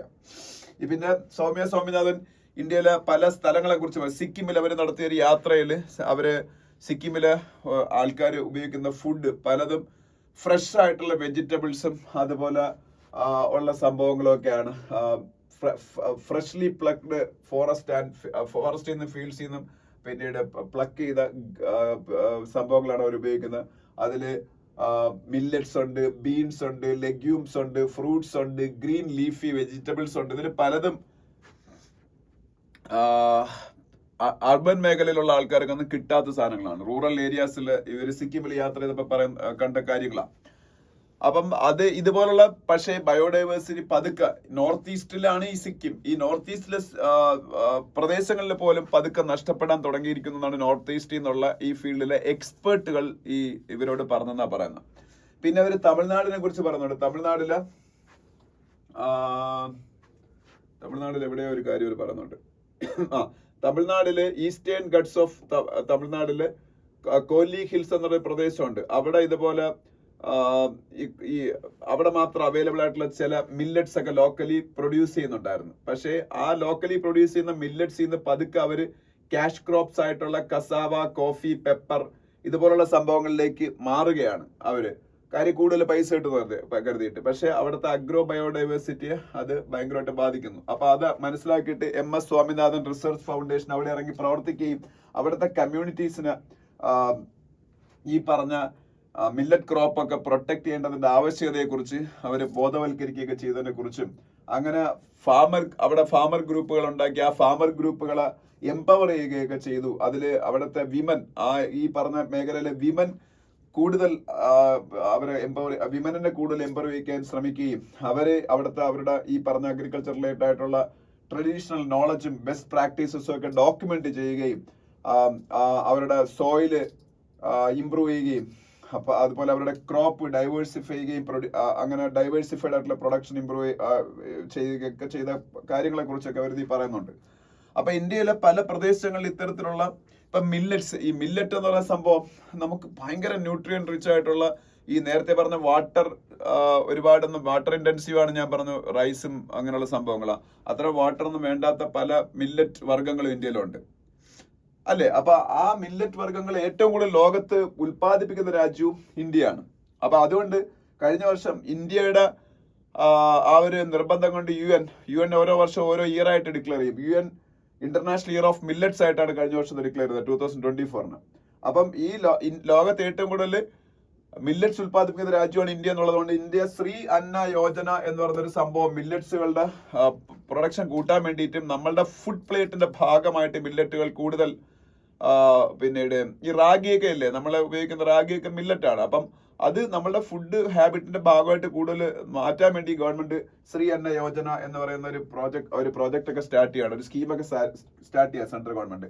ഓരോ സ്റ്റേറ്റുകളിലും ഇപ്പൊ മില്ലറ്റ് മിഷൻസ് ഉണ്ട്. അതിൽ ഒഡീഷയിലെ ഒരു മില്ലറ്റ് മിഷൻ പ്രോജക്റ്റിനെ കുറിച്ച് ഇതിന്റെ അകത്ത് പറയുന്നുണ്ട്.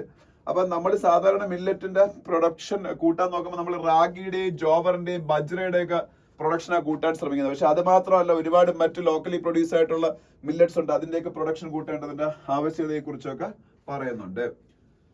അപ്പൊ ഈ MS സ്വാമിനാഥൻ ഇന്ത്യയുടെ അഗ്രികൾച്ചർ റവല്യൂഷന്റെ ഫാദർ എന്നറിയപ്പെടുമ്പോൾ അദ്ദേഹം ഉൾപ്പെടെ വിഭാവനം ചെയ്തിരുന്നത് നമ്മുടെ പ്രകൃതിക്ക് വലിയ കുഴപ്പമൊന്നും വരാത്ത രീതിയിലുള്ള എവർഗ്രീൻ റവല്യൂഷനാണ് അദ്ദേഹം തന്നെ പ്ലാൻ ചെയ്തിരുന്ന പറയുന്നത്. അപ്പൊ അത്തരത്തിലുള്ള ഒരു എവർഗ്രീൻ റവല്യൂഷൻ, നമ്മൾ ബയോഡൈവേഴ്സിറ്റി നിലനിർത്തിക്കൊണ്ടുള്ള ഒരു എവർഗ്രീൻ ഈ പറഞ്ഞ അഗ്രികൾച്ചർ റവല്യൂഷന് വേണ്ടിയിട്ടാണ് നമ്മൾ പ്രാധാന്യം കൊടുക്കേണ്ടത്. അതിൽ കൂടുതലായിട്ട് ഇതുപോലുള്ള മില്ലറ്റ്സുകളുടെയും അതുപോലെ ലോക്കലി പ്രൊഡ്യൂസിംഗ് ആയിട്ടുള്ള ഈ ഒരുപാട് നമുക്ക് ആവശ്യമുള്ള ബയോഡൈവേഴ്സ് ആയിട്ടുള്ള പ്രോഡക്റ്റുകളുടെയൊക്കെ പ്രൊമോഷനെ കുറിച്ചും അതിനെക്കുറിച്ച് കൂടുതലായിട്ട് നമ്മൾ ബോധവാന്മാരായിട്ട് ആവശ്യത്തെക്കുറിച്ചൊക്കെയാണ് പറയുന്നത്. അപ്പോൾ ലാസ്റ്റ് പറഞ്ഞ India could become a global leader in conservation and sustainable use of natural resources leading to better health and human wellbeing. Could we aim for an era of bio happiness എന്ന് അവർ ചോദിച്ചേക്കുന്നത് as precisely envisioned by MS Swaminathan എന്ന്. Bio happiness എന്ന് ഉദ്ദേശിച്ചുകൊണ്ടിരിക്കുന്ന ഇതാണ്, biodiversity protect ചെയ്തുകൊണ്ട് നമ്മൾ നമ്മളുടെ food നീഡ്സും ഒക്കെ സാറ്റിസ്ഫൈ ചെയ്യുകയും അതിൽ നിന്ന് നമ്മളൊരു എക്കോണമി ഓഫ് സ്കെയിലൊക്കെ ഉണ്ടാക്കുകയൊക്കെ ചെയ്യുമ്പോൾ നമുക്കൊരു ഹാപ്പിനെസ് ആണ്, ബയോ ഹാപ്പിനെസ് ആണ്. അതാണ് അവർ ബയോ ഹാപ്പിനെസ് എന്നുള്ളത് ഉദ്ദേശിച്ചേക്കുന്നത്. അപ്പൊ ഈ ഒരു ആർട്ടിക്കിൾ നല്ല ആർട്ടിക്കിൾ, അത് വായിച്ചു നോക്ക്. പിന്നെ എനിക്ക് ഞാൻ പറഞ്ഞില്ല, ഞാൻ ഈ ഒരു ആർട്ടിക്കിൾ ചെറുതായത് കൊണ്ടാണ് ഇത് മെയിൻലി എടുത്തത്. പിന്നെ അത് ചെറുതായത് കൊണ്ട് മാത്രമല്ല, അതിലൊരു വിമൻ എംപവർമെന്റിന്റെ ഒരു സംഭവം വരുന്നുണ്ട്. അതുകൊണ്ട് അത് വായിക്കുന്നത് നല്ലതാണ്. Empowering women in green business എന്ന് പറഞ്ഞൊരു ആർട്ടിക്കിൾ ഉണ്ട്. എന്റെ ആ ഒരു ലിമിറ്റഡ് ടൈമിനകത്ത് എനിക്ക് ഇതേ വായിച്ചെടുക്കാൻ പറ്റുള്ളൂ. അപ്പൊ അത് അല്ലാതെ വേറെ ഏതെങ്കിലും ആർട്ടിക്കിൾ നിങ്ങൾക്ക് സെലക്ട് ചെയ്ത് വായിക്കണമെങ്കിൽ വായിക്കാം. പക്ഷെ നല്ല ആർട്ടിക്കിളാണ്. കാരണം ഇത് സംഭവം പറയുന്നത് വെച്ചാൽ ഇന്ത്യയിലെ ഒരുപാട് സ്റ്റാർട്ടപ്പുകൾ ഉണ്ട്.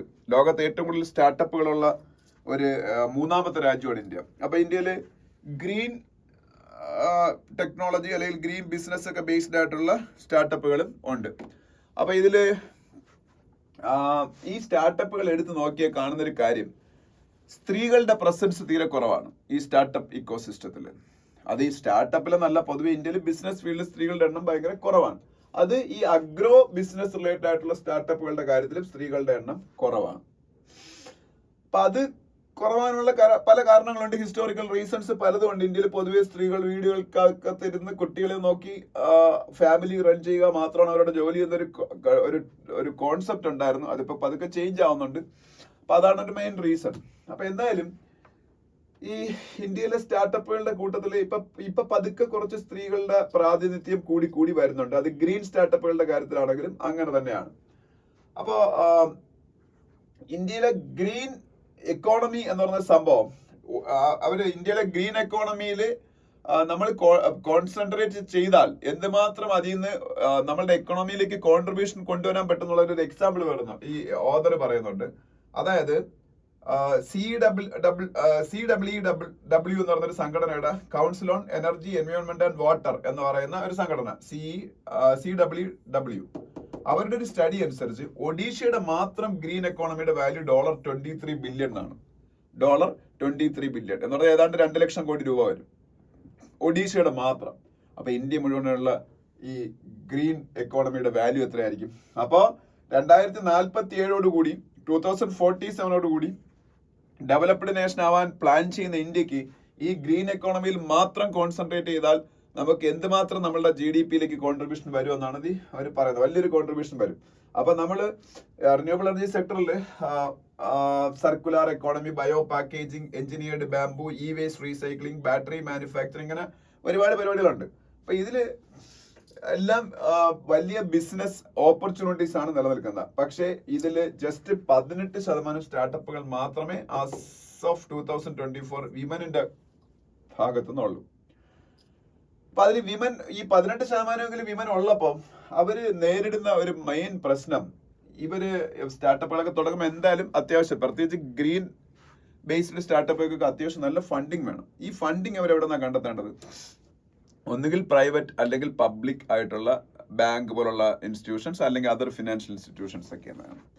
ഈ ഫിനാൻഷ്യൽ ഇൻസ്റ്റിറ്റ്യൂഷൻസ് പൊതുവെ സ്ത്രീകൾ മാത്രമുള്ള സ്റ്റാർട്ടപ്പുകൾക്ക് ഫണ്ട് ചെയ്യാൻ റെഡി അല്ലെന്നാണ് പറഞ്ഞത്. അവരുടെ കോൺഫിഡൻസ് ഇല്ല. ലോകം മുഴുവനും ഉള്ള ഈ ഫിനാൻസസിന്റെ റീപേയ്മെന്റിന്റെ ഒരു പാറ്റേൺ ശ്രദ്ധിച്ചാൽ ഏറ്റവും ട്രസ്റ്റ് വർത്തി ആയിട്ടുള്ള കസ്റ്റമേഴ്സ് എന്ന് പറയുന്നത് സ്ത്രീകളാണെന്നാണ് സ്റ്റഡീസ് പറയുന്നത്. പുരുഷന്മാരെക്കാളും കറക്റ്റായിട്ട് ബാങ്കുകളിൽ നിന്ന് ലോൺ എടുത്താലോ മറ്റ് ഫിനാൻഷ്യൽ ഇൻസ്റ്റിറ്റ്യൂഷൻസ് ലോൺ എടുത്താലോ തിരിച്ചടയ്ക്കുന്ന സ്ത്രീകളാണ്. പക്ഷെ സ്റ്റിൽ സ്ത്രീകൾക്ക് ഈ പറഞ്ഞ സ്റ്റാർട്ടപ്പുകളൊക്കെ തുടങ്ങുമ്പോൾ അവർക്ക് ഫിനാൻസിങ് വേണ്ടിയിട്ട് അവർ ഓരോ സ്ഥലങ്ങൾ അല്ലെ ബാങ്കുകളേക്ക് അപ്രോച്ച് ചെയ്യുമ്പോൾ അവർ നിങ്ങളുടെ കോ ഫൗണ്ടേഴ്സ് ആരൊക്കെയാണ്, നിങ്ങളുടെ കൂടെ ഏതെങ്കിലും പുരുഷന്മാരുണ്ടെന്ന് ചോദിക്കുന്നത്. പുരുഷന്മാരുണ്ടെങ്കിൽ മാത്രമാണ് പലപ്പോഴും ഇവർക്ക് ആ ഫിനാൻഷ്യൽ ഇൻസ്റ്റിറ്റ്യൂഷന്റെ ട്രസ്റ്റിന് കിട്ടുന്നത്. സ്ത്രീകൾ മാത്രമാകുമ്പോൾ പലപ്പോഴും ഈ ബാങ്കുകൾ ലോൺ കൊടുക്കുന്നതിനൊക്കെ പിന്തിരിയുന്നു. അതുകൊണ്ട് തന്നെ മിക്ക സ്ത്രീ സെൻട്രിക് ആയിട്ടുള്ള ബിസിനസ്സുകളിലും സ്വയം അവർക്ക് ഫണ്ടിങ് ചെയ്യേണ്ടി വരുന്നു. ഏതാണ്ട് ഇത്തരത്തിലുള്ള ഇതിന്റെ ഒരു study ministry of statistics and programme ഇതിന്റെ ഒരു സ്റ്റഡി നടത്തിയപ്പോൾ ministry of statistics and programme study നടത്തിയപ്പോൾ വിമൻ ഓൺട്രപ്രണേഴ്സ് അവരുടെ 79% പേരും സെൽഫ് ഫിനാൻസ്ഡ് ആണെന്നാണ്, സ്വന്തമായിട്ട് ഫണ്ട് ചെയ്യേണ്ടി വരുന്നു എന്നാണ്. 79% പേരും. വെറും 1.1% പേർക്ക് മാത്രമേ ഫിനാൻഷ്യൽ ഇൻസ്റ്റിറ്റ്യൂഷൻസ് നിന്ന് ബോറോ ചെയ്ത് ഫണ്ടിങ് ചെയ്യാൻ പറ്റുന്നുള്ളൂ. ഇത് മനസ്സിലാക്കിയിട്ട് ഇന്ത്യയിലെ വിമൻ ഓൺട്രപ്രണർഷിപ്പ് ഇംപ്രൂവ് ചെയ്യാനും അതുപോലെ SC/ST കാറ്റഗറിയിലും ഇതേ പ്രശ്നം അവർ ഫേസ് ചെയ്യുന്നുണ്ട്. SC/ST കാറ്റഗറിയിലും ഇന്ത്യയിൽ ഓൺട്രപ്രണേഴ്സ് കുറവാണ്. അപ്പൊ ഈ വിമൻ ഓൺട്രപ്രണർഷിപ്പും SC/ST ഓൺട്രപ്രണർഷിപ്പും കൂട്ടാൻ വേണ്ടിയിട്ട് ഗവൺമെന്റ് ഓഫ് ഇന്ത്യ ഒരു സ്കീം സ്റ്റാർട്ട് ചെയ്തു. അതിന്റെ പേര് സ്റ്റാൻഡപ്പ് ഇന്ത്യ എന്നാണ്. Stand up India. ഈ സ്കീമിന്റെ അണ്ടറിൽ സ്ത്രീകൾക്ക് 2 കോടി രൂപ വരെ, അതുപോലെ SC/ST കാറ്റഗറിയിലുള്ളവർക്ക് 2 കോടി രൂപ വരെ ലോൺ കൊടുക്കുന്നുണ്ട്. അത് ഗവൺമെന്റ് ഒരു സ്കീമാണ്. പക്ഷെ ഇവര് പറഞ്ഞ അത് മാത്രം പോരാ, ഇതിന് പുറമെ 1 crore വരെയൊക്കെ പിന്നീട് ഫണ്ടിങ് കൊടുക്കുന്ന മറ്റ് ചില സ്കീമുകളും കൂടെ കേന്ദ്ര ഗവൺമെന്റ് അല്ലെങ്കിൽ സംസ്ഥാന ഗവൺമെന്റുകൾ ആവിഷ്കരിച്ച് നടപ്പാക്കണം. ഒപ്പം ഇത് ഇവരുടെ അർഹരായ ആൾക്കാരുടെ കൈകളിലേക്ക് എത്തുമെന്ന് റിയൽ ടൈമിൽ മോണിറ്ററിങ് ചെയ്യും വേണം.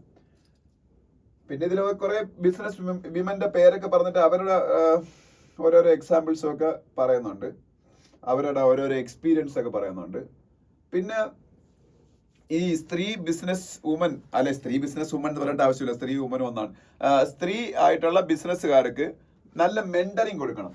അപ്പൊ ആ മെന്ററിങ് പ്രൊവൈഡ് ചെയ്താൽ മാത്രമേ, ഇപ്പൊ അവരെ എക്സ്പീരിയൻസ്ഡ് ആയിട്ടുള്ള ആൾക്കാർക്ക് ഒന്നും ആയിരിക്കത്തില്ല, ആ മെന്ററിങ് പ്രോപ്പർ ആയിട്ട് കിട്ടുമ്പോൾ മാത്രമാണ് അവർക്ക് സക്സസ്ഫുൾ ആവാൻ പറ്റുന്നത്. അപ്പൊ അതിൽ ചില മെന്ററിങ് പ്രോഗ്രാംസിന്റെ പേരൂടെ പറയുന്നുണ്ട്. ബ്രിക്സ് ബൂട്ട് ക്യാമ്പ് എന്ന ഒരു സംഭവം പറയുന്നുണ്ട്. അതിന്റെ അതുപോലെ പിന്നെ നിതി ആയോഗിന്റെ, ഇന്ത്യയുടെ പ്ലാനിംഗ് കമ്മീഷന്റെ റീപ്ലേസ്മെന്റ് നിതി ആയോഗിന്റെ വിമൻ ഓൺട്രപ്രണർഷിപ്പ് പ്ലാറ്റ്ഫോമിനെ കുറിച്ച് അവർ പറയുന്നുണ്ട്. അത്തരത്തിലുള്ള നല്ല മെന്ററിംഗ് പ്ലാറ്റ്ഫോംസ് അവർക്ക് നല്ല മെന്ററിംഗ് കൊടുത്തു കഴിഞ്ഞാൽ അവർ ആ മേഖലയിൽ വിമന്റെ നല്ല സ്റ്റാർട്ടപ്പുകൾ ഉയർന്നു വരാൻ സാധ്യതയുണ്ടെന്നും ഇത് പറയുന്നുണ്ട്. പിന്നെ ഇന്ത്യയിലെ എഞ്ചിനീയറിംഗ് സെക്ടറിൽ സ്ത്രീകളുടെ പാർട്ടിസിപ്പേഷൻ ഭയങ്കര കുറവാണ്. എഞ്ചിനീയറിംഗ് സെക്ടറിൽ വെറും 19.2% മാത്രമേ സ്ത്രീകളുടെ പാർട്ടിസിപ്പേഷൻ എഞ്ചിനീയറിംഗ് സെക്ടറിൽ ഉള്ളൂ. അപ്പൊ അത് ഇംപ്രൂവ് ചെയ്യാൻ വേണ്ടിയിട്ടുള്ള നടപടികൾ എടുക്കണം എന്ന് പറയുന്നുണ്ട്. അപ്പോ വിമൻ ഓഫ് മെറ്റൽ എന്ന് പറഞ്ഞ ടാറ്റ സ്റ്റീലിന്റെ ഒരു സ്കോളർഷിപ്പ് പ്രോഗ്രാമിനെ കുറിച്ച് പറയുന്നുണ്ട്. വിമൻ എഞ്ചിനീയേഴ്സ് മാനുഫാക്ചറിംഗ് സെക്ടറിൽ കൂട്ടാൻ വേണ്ടിയിട്ട് ടാറ്റ സ്റ്റീൽ എന്ന് പറയുന്ന കമ്പനി, ടാറ്റയുടെ കമ്പനിയാണ് ടാറ്റ സ്റ്റീൽ, ഓഫർ ചെയ്യുന്ന ഒരു സ്കോളർഷിപ്പ് സ്കീമാണ് വിമൻ ഓഫ് മെറ്റൽ. അത്തരത്തിലുള്ള പരിപാടികൾ ഇന്ത്യയിലെ ബിസിനസ് ഗ്രൂപ്പുകൾ അവരുടെ CSR ആക്ടിവിറ്റീസിന്റെ ഭാഗമായിട്ട്, ബിസിനസ് ഗ്രൂപ്പുകളുടെ CSR ആക്ടിവിറ്റി എന്ന് പറഞ്ഞാൽ കോർപ്പറേറ്റ് സോഷ്യൽ റെസ്പോൺസിബിലിറ്റി ആക്ടിവിറ്റിയാണ്. ഇതിന്റെയൊക്കെ ഭാഗമായിട്ട് അത്തരം സ്കീമുകൾ സ്ത്രീകൾക്ക് വേണ്ടി ഇതുപോലുള്ള സ്കോളർഷിപ്പ് സ്കീമുകളൊക്കെ ആവിഷ്കരിച്ച് നടപ്പിലാക്കിയാൽ, ഇന്ത്യയിലെ കമ്പനീസ് ഒക്കെ ആവിഷ്കരിച്ച് നടപ്പിലാക്കിയാൽ സ്ത്രീകളുടെ എണ്ണം ഈ എഞ്ചിനീയറിംഗ് സെക്ടറിലും മാനുഫാക്ചറിംഗ് സെക്ടറിലും കൂട്ടാൻ പറ്റും. അപ്പൊ എന്തായാലും ഇന്ത്യയുടെ ഗ്രീൻ പൊട്ടൻഷ്യൽ എന്ന് പറഞ്ഞാൽ ഭയങ്കര ഹ്യൂജ് ആണ്. ഈ ഗ്രീൻ ഗ്രോത്ത് പൊട്ടൻഷ്യൽ അൺലോക്ക് ചെയ്താൽ ഇന്ത്യക്ക് ഡെവലപ്മെന്റ് അല്ലെങ്കിൽ ഡെവലപ്ഡ് ബൈ 2047 എന്നൊക്കെ ഉള്ള ഒരു ഡ്രീം അച്ചീവ് ചെയ്യാൻ പറ്റും. അപ്പൊ അതിന് സ്ത്രീകളുടെ വലിയൊരു കോൺട്രിബ്യൂഷന്റെ ഭാഗത്ത് നിന്ന് വേണം. വിമൻ ഓൺട്രപ്രണേഴ്സ് ഭയങ്കരമായിട്ട് ഉയർന്നു വരണം. അതിന് ടാർഗറ്റഡ് മെന്റർഷിപ്പ് വേണം, ഇംപ്രൂവിംഗ് ആക്സസ് ടു ഫിനാൻസ് വേണം, അതുപോലെ വിമൻ ലെഡ് ബിസിനസ്സിലെ ട്രസ്റ്റ് ബിൽഡ് ചെയ്യണം. എന്നാലേ കൂടുതൽ ആൾക്കാർ ഒരു ലീഡ് എടുത്ത് ഈ പിന്നീട് ബിസിനസ്സിലേക്ക് വരുള്ളൂ. അങ്ങനെ ഒരു സസ്റ്റൈനബിൾ ഫ്യൂച്ചർ ഡെവലപ്പ് ചെയ്യാൻ പറ്റുള്ളൂ. അപ്പോൾ വിമനെ എംപവർ ചെയ്യുക ഈ ഫീൽഡിൽ, ഇതാണ് ഇന്ത്യയുടെ 2047 ഡെവലപ്മെന്റ് സ്ട്രാറ്റജിയിൽ അതൊരു സസ്റ്റൈനബിൾ ഡെവലപ്മെന്റ് ആണെന്ന് എൻഷുർ ചെയ്യാൻ ഏറ്റവും നല്ലത് എന്നാണ് ഈ ആർട്ടിക്കിളിൽ പറയുന്നത്. അപ്പൊ ഇതൊന്ന് വായിച്ചു നോക്കുക. പിന്നെ ഈ global warming becoming A distraction എന്ന് പറഞ്ഞ ഒരു ആർട്ടിക്കിൾ ഉണ്ട്, അതൊക്കെ നിങ്ങൾ വായിക്കുക. അതൊന്നും എനിക്ക് വായിക്കാനുള്ള ടൈം കിട്ടിയില്ല. ഇനി മറ്റ് ന്യൂസുകളിലേക്ക് പോകുമ്പോൾ, ഇന്ത്യയിലെ ഒരു new national policy on senior citizens വരാൻ പോകുന്നു. സീനിയർ സിറ്റിസൺസ് ഇന്ത്യയുടെ മൊത്തം പോപ്പുലേഷന്റെ ഏതാണ്ട് 8% ഇപ്പം. അത് 2047 ആകുമ്പോൾ ഇന്ത്യ ഡെവലപ്ഡ് നേഷൻ ആവാൻ വെച്ചേക്കുന്ന സമയമാകുമ്പം 20% മാറുമെന്നാ പറഞ്ഞത്. അത് ഒരു വലിയ പ്രോബ്ലം ആയിട്ട് മാറും. കാര്യം സീനിയർ സിറ്റിസൺസിന് ആ സമയത്ത് ഒരു ഒന്നാമത്തെ കാര്യം ഇന്ത്യയിലെ പോപ്പുലേഷൻ ഏജിങ് പോപ്പുലേഷനായ ഇന്ത്യയുടെ വർക്കിംഗ് ഏജ് പോപ്പുലേഷൻ കുറഞ്ഞു പോകും. അത് ഇന്ത്യക്ക് ദോഷമാണ്. രണ്ടാമത്തെ കാര്യം ഈ സീനിയർ സിറ്റിസൺസിന്റെ പ്രൊട്ടക്ഷൻ എന്ന് പറയുന്നത് വളരെ ഇമ്പോർട്ടന്റ് ആണ്. അപ്പൊ അതിന് വേണ്ടിയിട്ട് ഒരു national policy on senior citizens വരാൻ പോയാൽ അതിന്റെ ഡിസ്കഷൻസ് ഒക്കെ നടന്നുകൊണ്ടിരിക്കുകയാണെന്നാണ് ഈ ന്യൂസിന്റെ അകത്ത് പറയുന്നത്. പിന്നെ CBFC കുറിച്ചൊരു ന്യൂസ് ഉണ്ട്. CBFC എന്താണ്? Central board of film certification. ഇന്ത്യയുടെ സെൻസർ ബോർഡാണ് CBFC എന്നറിയപ്പെടുന്നത്. സെൻസർ ബോർഡ് ഉണ്ടല്ലോ, ഫിലിമിനൊക്കെ സർട്ടിഫിക്കേഷൻ കൊടുക്കുന്നത്, CBFC, central board of film certification. ഈ CBFCയുടെ ചെയർപേഴ്സൺ പ്രസൂൺ ജോഷി ആയിരുന്നു. അത് ചെക്ക് ചെയ്തോളാം ഇപ്പൊ പ്രസൂൺ ജോഷി ആണോ എന്ന്. പ്രസൂൺ ജോഷി ആയിരുന്നു, നോക്കിക്കൊള്ളാം. പിന്നീട് താഴോട്ട് വരുമ്പോൾ India Australia agree to work together in fight against terrorism എന്നൊരു ന്യൂസ് കാണാം. ഇന്ത്യയുടെയും ഓസ്ട്രേലിയയുടെയും കോംപ്രഹെൻസീവ് സ്ട്രാറ്റജിക് പാർട്ണർഷിപ്പിന്റെ 5th ആനിവേഴ്സറി ആയിരുന്നു ഇന്നലെ. India and Australia on Wednesday mark the 5th anniversary of the comprehensive strategic partnership. അതിന്റെ ഭാഗമായിട്ട് ഓസ്ട്രേലിയയുടെ ഡെപ്യൂട്ടി പ്രൈം മിനിസ്റ്ററും ഡിഫൻസ് മിനിസ്റ്ററും ഒറ്റ ആളാ, പുള്ളി ഇന്നലെ ഇവിടെ വന്നു. റിച്ചാർഡ് മാൾസ് എന്ന അദ്ദേഹത്തിന്റെ പേര്. അത് പേരൊന്നും പഠിച്ചില്ലെങ്കിലും കുഴപ്പമൊന്നുമില്ല. ഓസ്ട്രേലിയയുടെ പ്രൈം മിനിസ്റ്റർ പഠിച്ചു വെച്ചിരുന്നത് ആദ്യം ആന്റണി ആൽബനീസ് ആണ്. ഓസ്ട്രേലിയയുടെ പ്രൈം മിനിസ്റ്റർ ആന്റണി ആൽബനീസ്. എന്തായാലും ഇന്ത്യ ഓസ്ട്രേലിയ സ്ട്രാറ്റജിക് പാർട്ണർഷിപ്പിന്റെ 5th ആനിവേഴ്സറി ആണ്. പിന്നെ നോർത്ത് ഈസ്റ്റിലെ ഫ്ലഡിനെ കുറിച്ച് ഇന്നലെയും പറഞ്ഞാണ്, അത് ആ ന്യൂസ് ഉണ്ട്, അതിന് വേറെ ഒന്നും പറയാനില്ല. Modi likely to attend BRICS summit in Brazil next month. Meet closely watched by US government എന്നൊരു ന്യൂസ് കാണാം. ബ്രസീലിലെ റിയോ ഡി ജനീറോയിൽ, ബ്രസീലിലെ ക്യാപിറ്റലായ, ബ്രസീലിന്റെ ക്യാപിറ്റൽ ബ്രസീലിയാണ്, ബ്രസീലിലെ ഒരു സിറ്റിയായ റിയോ ഡി ജനീറോ. ബ്രസീലിന്റെ capital Brasilia. Rio de Janeiro എന്ന് പറഞ്ഞാൽ ബ്രസീലിന്റെ ബിഗ് സിറ്റിയാണ്. അവിടെയാണ് ഈ വർഷത്തെ ബ്രിക്സ് സമ്മിറ്റ് നടക്കാൻ പോണത്. BRICS means Brazil, Russia, India, China, South Africa.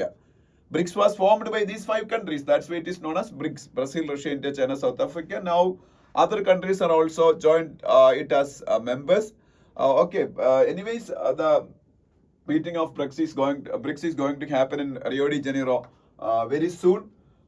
And the president of Brazil is Lula da Silva. Modi will attend the annual meeting of BRICS. Every year he used to attend that meeting, and this year also he will attend that meeting. അപ്പോൾ അത് ബ്രിക്സുമായിട്ട് അമേരിക്കയ്ക്ക് കുറെ പ്രശ്നങ്ങളുണ്ട്. അതിന്റെ കാര്യം മെയിനായിട്ട് വേറെ ഒന്നും അല്ല. G7 എന്ന് പറയുന്ന സംഭവം ഞാൻ ഇന്നലെ നിങ്ങളുടെ പറഞ്ഞാണ്. USA, Germany, France, Britain, Russia ഇല്ല, കാനഡയൊക്കെ ചേർന്നാണ് G7. ഇവന്മാർക്ക് വേൾഡിൽ ഭയങ്കര ഡോമിനൻസ് ആയിരുന്നു. ലോകത്തിലെ ഡെവലപ്ഡ് നേഷൻസിന്റെ ഗ്രൂപ്പിംഗ് ആണ്. ബ്രിക്സ് പക്ഷേ ഡെവലപ്പിംഗ് നേഷൻസിന്റെ ഗ്രൂപ്പിംഗ് ആണ്. ഈ ബ്രിക്സ് പക്ഷേ ലോകത്തിന്റെ GDPയുടെ 39% ഇപ്പം ബ്രിക്സിൽ നിന്നാണ് വരുന്നത്. ഡെവലപ്പിംഗ് നേഷൻസ് ആയിരുന്നിട്ട് കാര്യം അതിൽ ഇന്ത്യയുണ്ട്, ചൈനയുണ്ട്, റഷ്യയുണ്ട്. ഇവരൊക്കെ ലോകത്തിൽ അത്യാവശ്യം വലിയ എക്കോണമീസാണ്. പക്ഷേ ഈ പറഞ്ഞ G7 30% വേൾഡ് GDP കോൺട്രിബ്യൂട്ട് ചെയ്യുന്ന രാജ്യങ്ങൾ, 30% കോൺട്രിബ്യൂട്ട് ചെയ്യുന്ന രാജ്യങ്ങളെ G7 അപ്പൊ ഇവരെ G7-നെക്കാളും വേണമെങ്കിൽ ഡെവലപ്പ് ആവാനുള്ള ഒരു പൊട്ടൻഷ്യൽ ബ്രിക്സിനുണ്ട്. അത് അമേരിക്കയ്ക്ക് വലിയ ബുദ്ധിമുട്ടുണ്ടാക്കുന്ന ഒരു കാര്യമാണ്. അപ്പൊ അതൊക്കെ കൊണ്ടാണ് ഒരു കാര്യം. പിന്നെ വേറെ ചില പ്രശ്നങ്ങളുണ്ട്. അപ്പൊ എന്തായാലും ഇതിനെ കുറിച്ചൊന്ന് അറിഞ്ഞിരിക്കുക. അതിന്റെ അടുത്ത പേജിൽ പോകുമ്പോ India vehemently opposed ADB's funding to Pakistan. ADB എന്താണ്? Asian Development Bank. ADB എന്താണ്? Asian Development Bank. Asian Development ബാങ്കിന്റെ ഹെഡ്ക്വാർട്ടേഴ്സ് എവിടെയാണ്? ഏഷ്യൻ ഡെവലപ്മെന്റ് ബാങ്കിന്റെ ഹെഡ്ക്വാർട്ടേഴ്സ് മാനിലയാണ്. മാനില എവിടെയാണ്? ഫിലിപ്പൈൻസിന്റെ ക്യാപിറ്റലാണ് മാനില. MANILA Manila is the capital of Philippines. അപ്പൊ അത് പഠിച്ചു വെച്ചേക്കണം, ADBയുടെ ഹെഡ്ക്വാർട്ടേഴ്സ് എവിടെയാണെന്ന്. അതുപോലെ ADBയുടെ പ്രസിഡന്റ് ആണ് ADBയുടെ ഹെഡ്. ADBയുടെ പ്രസിഡന്റ് എപ്പോഴും ജപ്പാൻകാരനായിരിക്കും.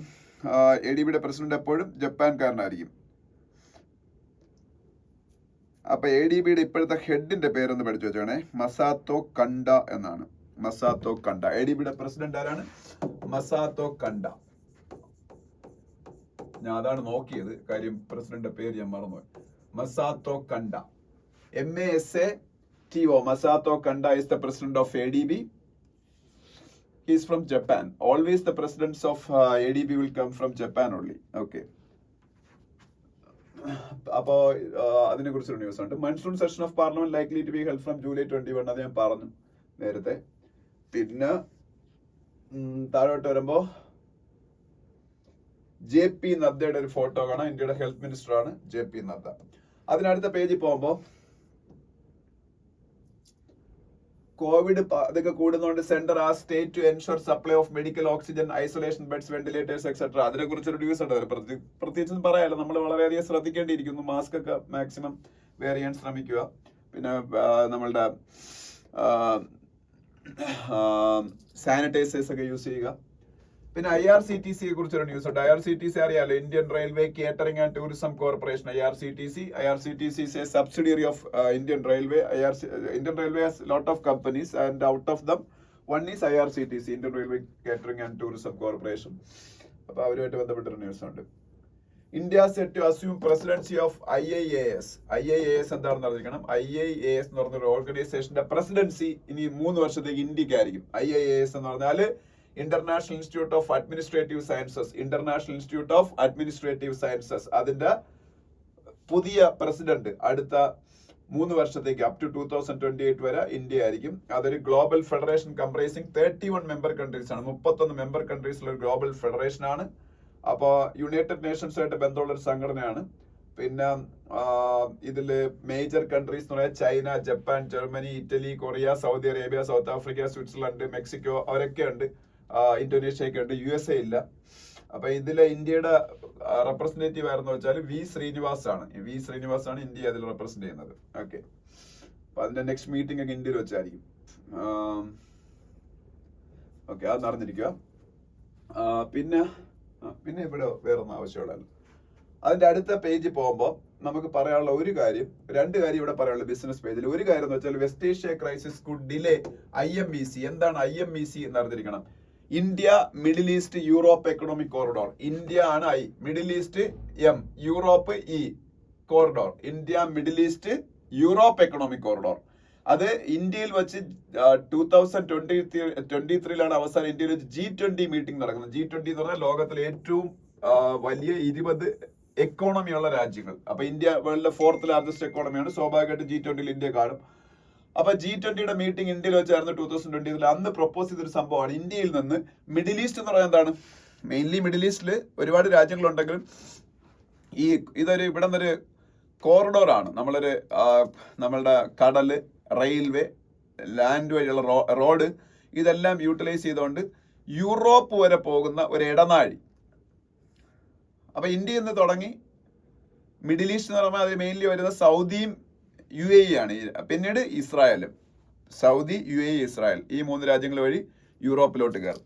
ഗ്രീസും അതുവഴി മറ്റ് രാജ്യങ്ങളും എല്ലാം ഇത് കണക്ട് ആവുന്നുണ്ട്. ഗ്രീസിലേക്കാണ് ആദ്യം പോകുന്നത് എന്നാണ് എനിക്ക് തോന്നുന്നത്.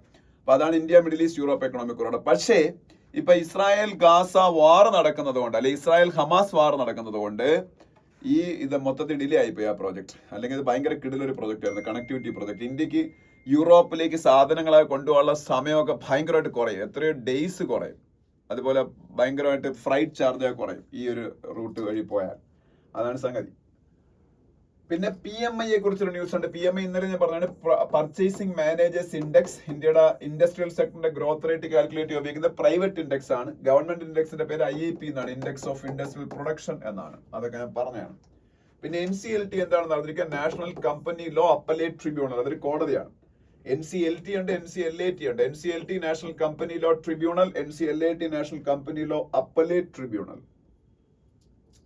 പിന്നെ HNWI എന്താണെന്ന് അറിഞ്ഞിരിക്കുക. അതിന്റെ അബ്രിവേഷൻ ആണ്, എക്സ്പാൻഷൻ ഹൈ നെറ്റ്വർത്ത് ഇൻഡിവിജ്വൽസ്.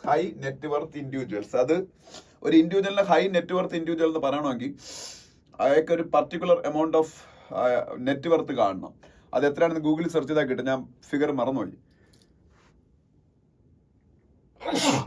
ഇന്ത്യയിലൊക്കെ ഒരുപാട് ഹൈ നെറ്റ്വർത്ത് ഇൻഡിവിജ്വൽസ് ഉള്ള രാജ്യമാണ്. ഡെഫിനിഷൻ അനുസരിച്ച് ഒരു പർട്ടിക്കുലർ എമൗണ്ടിൽ കൂടുതൽ നെറ്റ്വർത്ത് ഉള്ള ആൾക്കാരെ ഹൈ നെറ്റ്വർത്ത് ഇൻഡിവിജ്വൽസ് എന്ന് പറയുള്ളൂ. 30 കോടിയോ അങ്ങനെ എന്തോ ആണ്. നോയിക്കൊള്ളാം.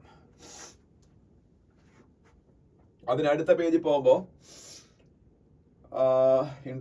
ഇന്റർനാഷണൽ പേജില് പുടിൻ ഇപ്പൊ യുക്രൈനെ തിരിച്ചടിക്കുമെന്ന് പറഞ്ഞേക്കാം. ഡ്രോൺ അറ്റാക്ക് യുക്രൈൻ റഷ്യയിൽ നടത്തിയതിന് പകരമായിട്ട് അത് ഡൊണാൾഡ് ട്രംപാണ് പറഞ്ഞത്. ഡൊണാൾഡ് ട്രംപും പുടിനും തമ്മിൽ കഴിഞ്ഞ ദിവസം ഒരു ടെലിഫോണിക് കോൺവെർസേഷൻ ഉണ്ടായിരുന്നു. യുക്രൈന്റെ ക്യാപിറ്റലാണ് കീവ്. അതുപോലെ ഈ കാണുന്നത് ഡൊണാൾഡ് ട്രംപ് ആണ് അമേരിക്കയുടെ പ്രസിഡന്റ്. എല്ലാവർക്കും അറിയാം. ഇത് സി ജിൻപിങ് ആണ് ചൈനയുടെ പ്രസിഡന്റ്. ചൈനയുടെ പ്രസിഡന്റ് ആരാണ്? C Jinping. അദ്ദേഹത്തിന്റെ ഫോട്ടോ ഇവിടെ കാണാം. പിന്നെ ബംഗ്ലാദേശിന്റെ father of the nation Sheikh Mujibur Rahman ആയിരുന്നു. പക്ഷെ അദ്ദേഹത്തിന് ആ പദവി എടുത്ത് മാറ്റി. ആക്ച്വലി ബംഗ്ലാദേശ് ഉണ്ടാവുന്നത് 1971 ഇന്ദിരാഗാന്ധിയുടെ സഹായത്തോടു കൂടി ഈ പറഞ്ഞ മുജീബുർ റഹ്മാൻ ഈസ്റ്റ് പാകിസ്ഥാനായിരുന്ന ബംഗ്ലാദേശിനെ പാകിസ്ഥാനിൽ നിന്ന് മോചിപ്പിക്കുക ഒരു വാർ വഴി. അപ്പൊ അദ്ദേഹം അല്ലേ ഫാദർ ഓഫ് ദ നേഷൻ? അപ്പൊ ആ ടൈറ്റിലൊക്കെ എടുത്ത് പുതിയൊരുത്തം വന്നിട്ട് മാറ്റി എന്ന് പറഞ്ഞ ഹിസ്റ്ററി ഇല്ലാതാവോ? എന്തായാലും ഇപ്പൊ അവിടെ ഭരിക്കുന്നത് മുഹമ്മദ് യൂനുസ് ആണ്. മുഹമ്മദ് യൂനുസിന്റെ നേതൃത്വത്തിലുള്ള ഗവൺമെന്റ് മുജീബുർ റഹ്മാനെ ഫാദർ ഓഫ് ദ നേഷൻ പദവിന്ന് മാറ്റി. അദ്ദേഹം യുദ്ധം ചെയ്താണ് ആ രാജ്യം ഉണ്ടാക്കിയത്. അപ്പൊ അദ്ദേഹമാണ് ഫാദർ ഓഫ് ദ നേഷൻ എന്ന് പറയുന്നത്. പിന്നെ ഇവിടെ ഖമേനിയുടെ ഫോട്ടോ കാണാം. Who is Khamenei? ഖമേനി എന്ന് പറഞ്ഞാൽ അയത്തുള്ള അലി ഖമേനി, ഇറാന്റെ ലീഡറാണ്. അയത്തുള്ള അലി ഖമേനി ഇറാന്റെ സുപ്രീം ലീഡറാണ്. Ayatollah Ali Khamenei, supreme leader of Iran. Supreme leader of Iran Ayatollah Ali Khamenei. പിന്നെ ഞാൻ എപ്പോഴും പറഞ്ഞത് ഫ്രഞ്ച് ഓപ്പൺ, അത് വീണ്ടും പറയേണ്ട ആവശ്യമില്ല. ക്ലേ കോർട്ടിൽ നടക്കുന്ന ഒരേ ഒരു grand slam tennis tournament French open നടന്നുകൊണ്ടിരിക്കുന്നു. അതിന്റെ നടക്കുന്ന വെന്യൂവിന്റെ പേര് റൊളാൻഡ് ഗാരോസ്. ഫ്രഞ്ച് ഓപ്പൺ നടക്കുന്ന വെന്യൂവിന്റെ പേര് എന്താണ്? റൊളാൻഡ് ഗാരോസ്. അതിന്റെ അടുത്ത പേജിൽ IPL റോയൽ ചലഞ്ചേഴ്സ് ബാംഗ്ലൂരിന്റെ വിജയത്തിനെ കുറിച്ച് ഉള്ള ന്യൂസുകളാണ് മൊത്തം. അതിന്റെ അടുത്ത പേജിൽ പോകുമ്പോൾ നോർവേ ചെസ് ടൂർണമെന്റ് നടന്നുകൊണ്ടിരിക്കുന്നു. നമ്മളെ ഗുഗേഷും അർജുൻ അരിഗാസിയും വൈശാലിയും കൊനേരു ഹംപിയും ഒക്കെ അതിൽ പങ്കെടുക്കുന്നുണ്ട്. അതിനെ കുറിച്ചുള്ള ന്യൂസുകളാണ്. ഇത്രയേ ഉള്ളൂ ഇന്നത്തെ ന്യൂസ് പേപ്പർ. Thank you.